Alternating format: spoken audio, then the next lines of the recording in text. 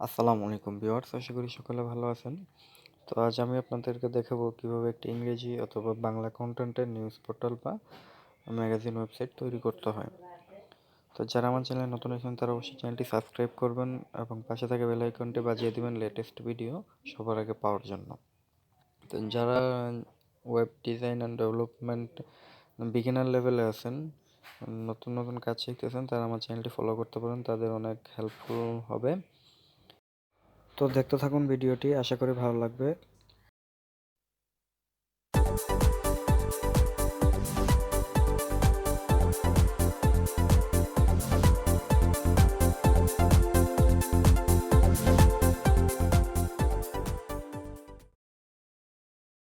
আমরা চলে আসলাম আমাদের ওয়েবসাইটের অ্যাডমিন প্যানেলে। তো এখান থেকে আমরা ওই ম্যাগাজিন ওয়েবসাইটটি বানানোর জন্য প্রথমে যাব অ্যাপিয়ারেন্স থেকে সেখানে থিমসে যাওয়ার পর ওখান থেকে আমরা একটা থিম ইনস্টল করব। একটা ফ্রি থিম দিয়ে কাজ শুরু করব। তো আমাদের থিমটির নাম লিখে সার্চ করলাম, সার্চ করার পর এখান থেকে ম্যাগাজিন এনপি এই থিমটা আমরা ইনস্টল করব। তো চলুন দেখে আসি কীভাবে ইনস্টল করতে হয়।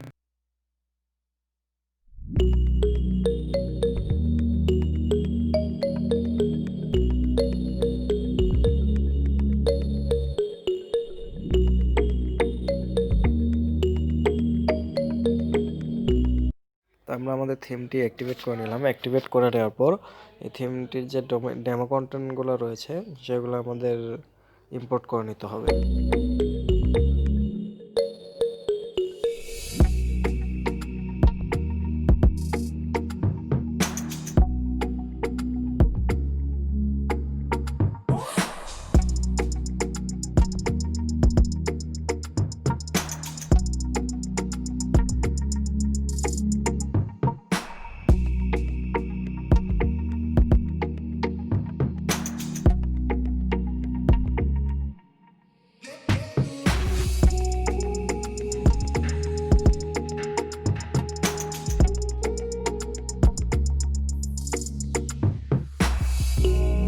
তো প্রথমে আমরা একটা ফ্রি ডেমো ইম্পোর্ট করে নিচ্ছি আমাদের সাইটে। তো ডেমো কন্টেন্ট ইম্পোর্ট করতে একটু সময় লাগবে, একটু ওয়েট করতে হবে।